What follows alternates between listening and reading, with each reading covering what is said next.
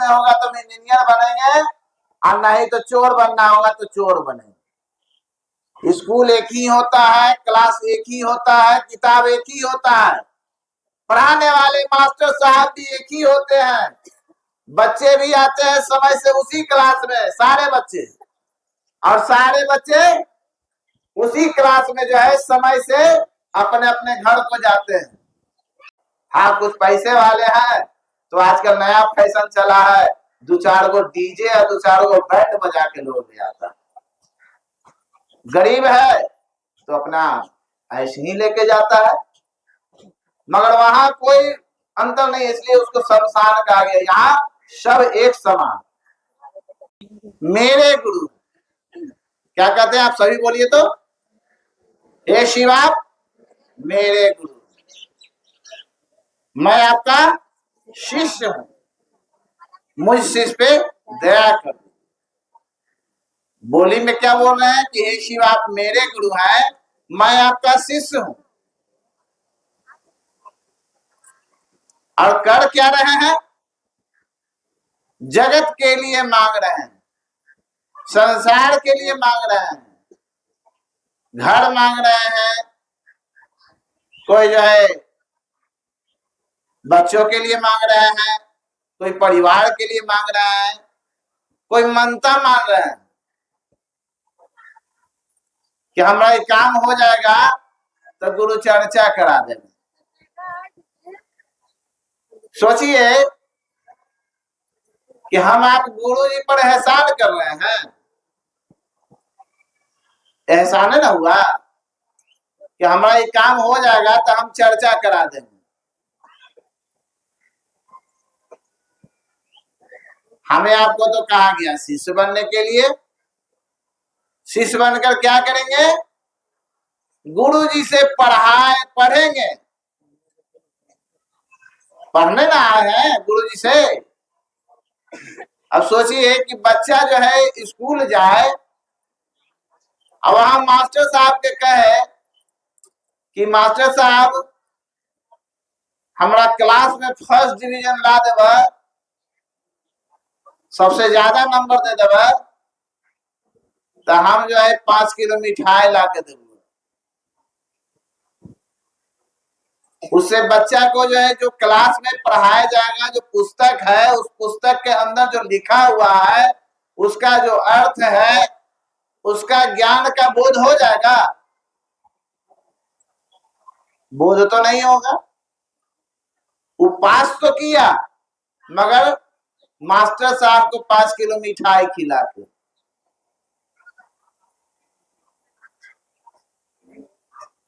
हम आप भी वही काम कर रहे हैं, गुरु जी के चर्चा खूब करा रहे हैं, घर घर में चर्चा हो रहा है, गली गली में चर्चा हो रहा है। बेटा का जन्मदिन है, चर्चा करा दिए, घर में गृह प्रवेश है, नया घर बनाया है, चर्चा करा दिए, खूब अपने आप को कह रहे हैं कि हम तो जो है बड़ी बढ़िया चर्चा कर ली, हमारे जो खूब आदमी है, खूब तस्माई पूरी सब खेलती। दीदी दूसरा सूत्र में कहा गया है कि आप जो करते हैं वो दूसरों को बताइए। तो दूसरों को हम क्या बता देंगे, मनता मानते हैं, अभी मनता मानिए, यही नहीं ना। क्या कहेंगे, मैं शिव का शिष्य हूं, मैंने शिव को अपना गुरु माना है, आप भी मान कर देखिए। मान कर देखिए क्या, संसार की चीजों के लिए। हम आप यहाँ आध्यात्मिक पाठशाला में आए हैं, ये जो पाठशाला है ये आध्यात्मिक पाठशाला है, अध्यात्म की ओर आगे बढ़ने के लिए मिला है, जगत की ओर आगे बढ़ने के लिए नहीं। जगत की ओर आगे बढ़ने के लिए जो हम आए हैं इस धरती पर, जो हमें भेजा है, वो सारी व्यवस्था करके भेजा, सारा का सारा व्यवस्था किया हुआ है। हम आप कितने दिन धरती पर रहेंगे वो भी पहले से नोट किया हुआ है, किस डेट को जन्म होगा और किस डेट में यहाँ से किस बहाने चले जाना है, ये सब लिखा हुआ। जब हम जन्म नहीं लिए तो माँ के स्तन में दूध नहीं आया, आया था क्या? नहीं आया। जैसे ही धरती पर हम जन्म लेते हैं और माँ के स्तन से हमको दूध मिलना शुरू हो जाता है, मेरा आधार मिल जाता है। कहने का मतलब है कि धरती पर आने से पहले मुझको सारी व्यवस्थाएं किया हुआ है। जब उम्र बड़ा होगा तो हम इंजीनियर, अगर मेरे किस्मत में होगा तो हम इंजीनियर बनेंगे, और नहीं तो चोर बनना होगा तो चोर बनेंगे। स्कूल एक ही होता है, क्लास एक ही होता है, किताब एक ही होता है, पढ़ाने वाले मास्टर साहब भी एक ही होते हैं, बच्चे भी आते हैं समय से उसी क्लास में, सारे बच्चे, और सारे बच्चे उसी क्लास में जो है समय से अपने अपने घर को जाते हैं। मगर उसमें जो 50 बच्चा अगर पढ़ रहा है पूरे क्लास में, तो 50 बच्चा इंजीनियर नहीं बन जाता है, 50 बच्चा डॉक्टर नहीं बन जाता, 50 बच्चा जो है कोई अफसर नहीं बन जाता है। उसमें एक आध वो जो है ऊंचा पोस्ट पे रहता है, एक आध वो जो है उस नीचे पोस्ट पर गया। कहने का मतलब है कि जो जिस तरह का मन लगाया पढ़ने में, उस तरह का वो उसको जीवन में जॉब नौकरी प्राप्त हुआ। जगत ने हमको आपको सारी व्यवस्थाएं वो महादेव करके दिए हैं, उसके लिए ज्यादा परेशान होने की जरूरत नहीं है। जो यहाँ है धरती पर वो आज है, कल नहीं रहेगा। आज जिसको हम अपना कह रहे हैं वो हमारे आपके साथ नहीं जाएगा, इसी जगह रह जाना है। आज देखिए कि एक गर्भ से हम पैदा लेते हैं और 2 इंची 5 इंची या 1 हाथ जमीन के लिए जो है, जिस भाई को बचपन से, जिस परिवार को बचपन से अपना कह रहे हैं, उनके गोद में खेले हैं, कंधे पर घूमे हैं, मगर उसी को जो है थोड़ा सा जमीन, थोड़ा सा पैसा, थोड़ा सा संसारिक चीजों के लिए हम आप उस प्रेम को भूल जाते हैं। क्या वो मेरे साथ जाएगा? क्या नहीं जाएगा। कहा गया कि संसार से अगर कुछ हम आप करके जाएंगे, कुछ रहेगा हमारा, तो नेकी और बदी रहेगा।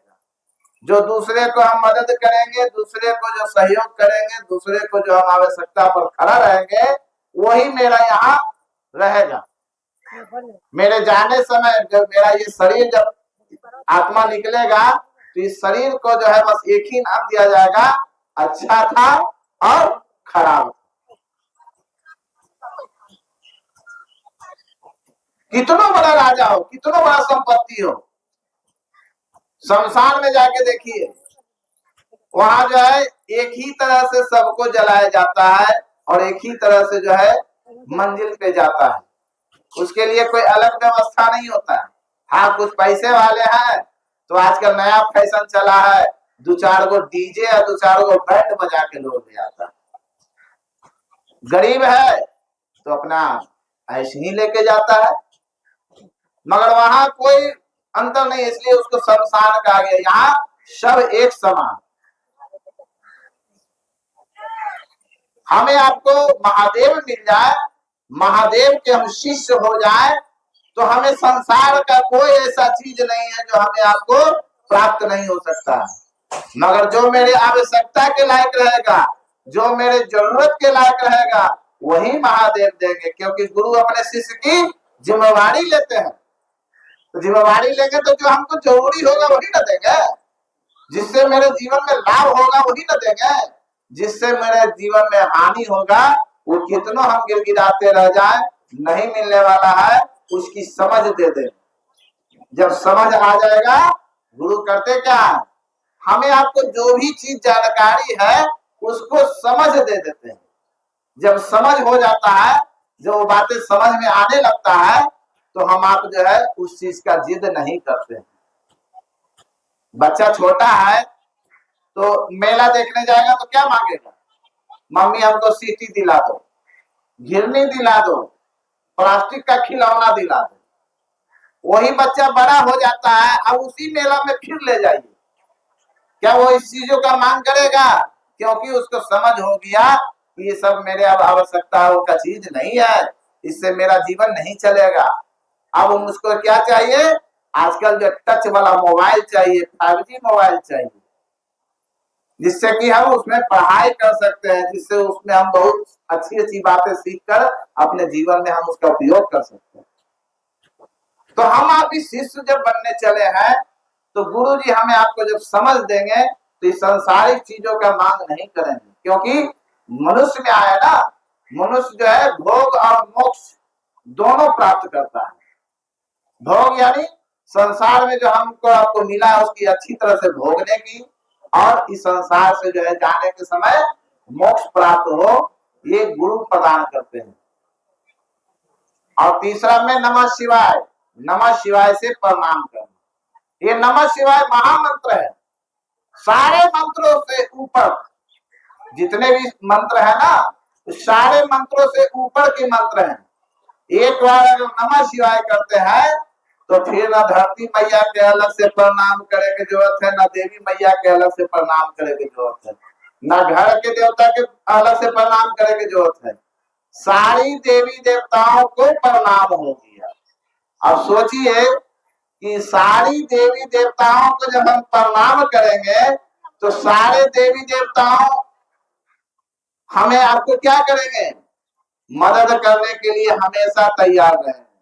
हम आप जो मांगते हैं महादेव के मंदिर में, चाहे किसी भी माता के मंदिर में, तो माता नहीं देती है, महादेव नहीं देते हैं, उनके जो नीचे जो गण है वो गण लोग दे देते हैं। अभी जो 5 किलो अनाज मिलता है तो प्रधानमंत्री आके देते हैं, उनके कर्मचारी देते हैं ना, मगर नाम किसका होता है कि प्रधानमंत्री की तरफ से मिल रहा है। तो महादेव नहीं देते हैं, महादेव के गण लोग देते हैं। अब एक बार आप कह रहे हैं नमः शिवाय, नमः शिवाय में सबको प्रणाम होगी। अब सोचिए कि कौन आपको कष्ट देगा? कष्ट देगा कोई? आप सबको प्रणाम कर रहे हैं तो प्रणाम जिसको किया जाता है वो कष्ट नहीं देता है। एक बहुत बड़ा यहाँ पर अगर बदमाश आदमी है, उसको भी अगर दिन भर जहाँ मिले उसको प्रणाम कहिएगा तो आपको परेशान करेगा ना, ये तो जहां मिलता है वहां हमको प्रणाम करता है, बड़ा अच्छा आदमी। इसको अगर कोई इसका आपके बारे में अगर विरोध कर भी दिया है, बोलेगा बहुत अच्छा आदमी है, जब जाते हैं तो हमको प्रणाम करता है। तो सोचिए कि एक साधारण जो धरती पर के इंसान है वो आपको जब परेशान नहीं कर सकता है, तो उनके गण और उनके जो देवी देवता है वो आपको परेशान करेंगे? नहीं करेंगे।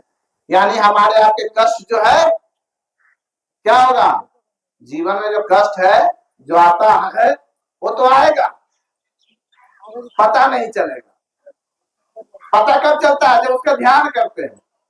सोचिए कि हम लोग घर में रहते हैं तो कहते हैं कि बहुत गर्मी है, बहुत गर्मी है। ठंड के दिनों में कहते हैं बहुत ठंड है, बहुत ठंड है। जब बारिश होता है तो कहते हैं कि खूब बारिश होते हैं, खूब बारिश होते हैं। सोचिए कि उतनी गर्मी में एक मजदूर जो है 5 तल्ला 10 तल्ला 20 तल्ला मकान पर जो है जाके दिन भर काम करता है, उसके लिए भी तो धूप शरीर में लग रहा है, मगर उसका ध्यान कहाँ होता है? धूप पर नहीं होता है। उसका ध्यान होता है कि सांझ में जैसे ही 5 बजेगा तो हमको 500 रुपया मिलेगा, ये 500 रुपया से मेरा परिवार का पालन पोषण होगा। उसका ध्यान में धूप रहता है, उसके ध्यान में गर्मी नहीं रहता है। तो जिस चीज का हम आप ध्यान करेंगे ना वही चीज हमें आपको महसूस होगा। जब ध्यान नहीं करेंगे तो महसूस होगा। कष्ट का ध्यान करेंगे कष्ट महसूस होगा, भूख का ध्यान करेंगे भूख महसूस होगा, प्यास का ध्यान करेंगे प्यास महसूस होगा। जब ध्यान नहीं करेंगे तो कुछ भी महसूस नहीं होगा। जब हम कष्ट परेशानी में रहते हैं और अस्पताल का चक्कर लगाते हैं या कहीं भी चक्कर लगाते हैं या कहीं हमको जल्दीबाजी में जाना रहता है, तो उस समय तो धूप नहीं दिखता है, उस समय तो प्यास नहीं दिखता है, उस समय भूख भी नहीं लगता है। 2-2 दिन हो जाता है ना खाए के मन न करे। क्यों? क्योंकि ध्यान में आपका वो कष्ट होता है, परेशानी होता है, लगता है कि जितना जल्दी परेशानी से हम मुक्ति पा लें। तो हमें आपको ध्यान करने से सब कुछ महसूस होता है दीदी। आप ध्यान महादेव को रखिए, महादेव की बात कीजिए, महादेव को प्रणाम कीजिए, महादेव से दया मांगिए, आपका ध्यान महादेव पर रहेगा, परेशानी आएगी भी तो पता नहीं चलेगा। और संसारिक चीजों का मांग मत कीजिए, संसारिक चीजों का मांग कीजिएगा संसारिके में फंस के रह जाइएगा, क्योंकि संसारिक चीजें जितने भी मिलते हैं ना, वो सब इंसान को परेशान करने का चीज है। दुख मुसीबत हम आप मोल खरीदते हैं, मोल पैसा दे के खरीदते हैं ना। घर में गर्मी का दिन है, मन कर रहा है कि पानी ठंडा ठंडा मिले, फ्रिज में पैसा लगा, अब बिजली उठने लगा, उसमें पैसा लग रहा है। गर्मी में से आए हाकल हाकल, अब ठंडा ठंडा पानी जो अच्छा लग रहा है वो निकाले पी लिए, सर्दी खांसी बुखार हो गया। तो पैसा दे के ना खरीद के लाए थे सारा परेशानी, न तो कुआं का शीतल पानी पी रहे थे, कुछ भी नहीं हो रहा था। ये 3 सूत्र अपने आप में बहुत ही अनमोल है दीदी, इसको ईमानदारी से कीजिए। ईमानदारी का मतलब जैसे हमें आपको साहब दीदी बताया है ना, वैसे करना है। जैसे साहब दीदी बताया है वैसे ही करना है, वैसे ही चलना है। अगर कहीं पर आपका मन अगर ना समझ पा रहा हो, ना अगर समझ में आवे, तो साहब दीदी का ध्यान कीजिए, महादेव का ध्यान कीजिए, आपको रास्ता बता देंगे कैसे चलना। साहब दीदी शरीर में नहीं है मगर वो है, जैसे महादेव शरीर में नहीं है मगर वो है, तभी तो पूरा संसार चल रहा है।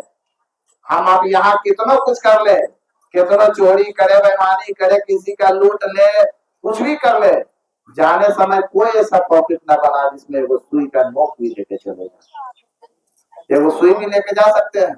नहीं जा सकते हैं, क्योंकि उनका कंट्रोल, वो कंट्रोलर है, पूरे संसार का वो कंट्रोलर है, कंट्रोल करते हैं। यहाँ से आप कुछ भी नहीं ले जा सकते हैं, बड़ा कैमरा लगा है, उस कैमरा से हमें आपको डर के रहना है। आइए इसी वाणी के साथ अपने गुरु का दिया हुआ ज्ञान और वाणी अपने गुरु के चरणों में रखते हुए आप सभी के चरणों से नमन करता हूँ। मेरा नमन।